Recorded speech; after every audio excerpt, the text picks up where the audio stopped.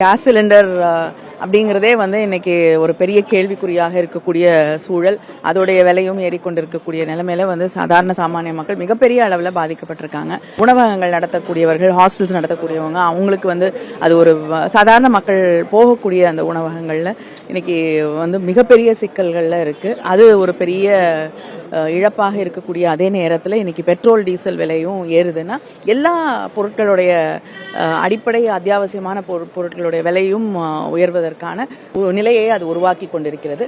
இதுல petrol diesel விலையும் கட்டுப்படுத்தாமல் இன்னைக்கு ஏறிட்டு இருக்கு.